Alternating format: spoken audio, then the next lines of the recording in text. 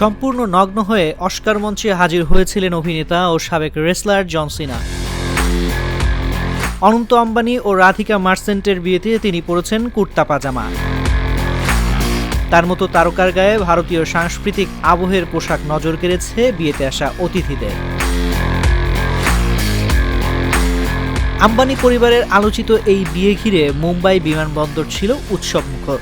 একের পর এক তারকা নেমেছে এই বিমানবন্দরে। শুক্রবার সকাল থেকে বিয়ের অনুষ্ঠানস্থল জিও কনভেনশনে বসেছিল তারার মেলা। সেখানেই দেখা গেছে সাবেক WWE চ্যাম্পিয়ন জন সিনাকে। তিনি পরেছিলেন রূপালী এমব্রয়ডারি করা নীল কুর্তা, সঙ্গে সাদা পাজামা আর পায়ে ছিল বাদামি রঙের জুতা। চলতি বছর যুক্তরাষ্ট্রের লস অ্যাঞ্জেলেসে অবস্থিত ডলবি থিয়েটারে বসেছিল ৯৬তম একাডেমি অ্যাওয়ার্ড বা অস্কারের আসর। সেরা কস্টিউম ডিজাইনারের পুরস্কার জিতে জন সিনা মঞ্চে আসেন পুরোপুরি নগ্ন হয়ে। কেবল গোপনাঙ্গের সামনে ধরে রেখেছিলেন একটি কাগজের টুকরো, যেখানে লেখা কস্টিউম ডিজাইন।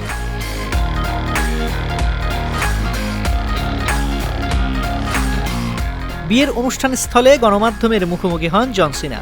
শুধু তিনিই নন, অনন্ত রাধিকার বিয়েতে উপস্থিত হয়েছেন প্রিয়াঙ্কা চোপড়া ও তার বর নিক জোনাস। ইংল্যান্ডের সাবেক প্রধানমন্ত্রী বরিস জনসন, স্যামসাংয়ের চেয়ারম্যান জে.ওয়াই লি প্রমুখ।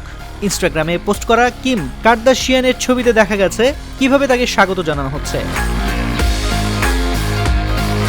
ভারতীয় সংবাদ মাধ্যম হিন্দুস্তান টাইমস এক খবরে জানিয়েছে, অনন্ত ও রাধিকার বিয়েতে আমন্ত্রিত দেশটির প্রধানমন্ত্রী নরেন্দ্র মোদী।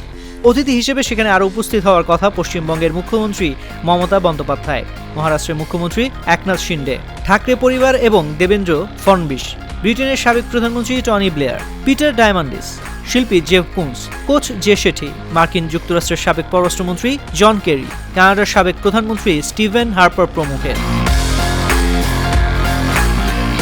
রিলায়েন্স ইন্ডাস্ট্রিজ লিমিটেডের চেয়ারম্যান মুকেশ আম্বানির ছোট ছেলে অনন্ত আম্বানি এবং শিল্পপতি বীরেন বণিকের মেয়ে রাধিকা বণিকের বিয়ে চলতি বছরের অন্যতম আলোচিত ঘটনা।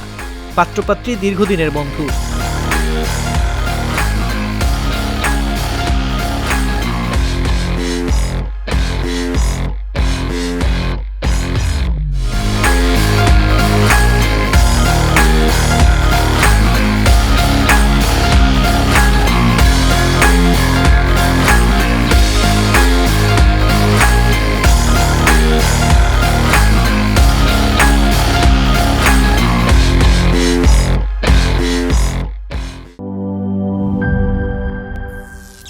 করিম চাচা, আপনার প্রিয় মানুষদের কখনো বিপদে ফেলতে চাইবেন না স্যার। তাহলে আমাদের বিপদে রাখা কি ঠিক হচ্ছে?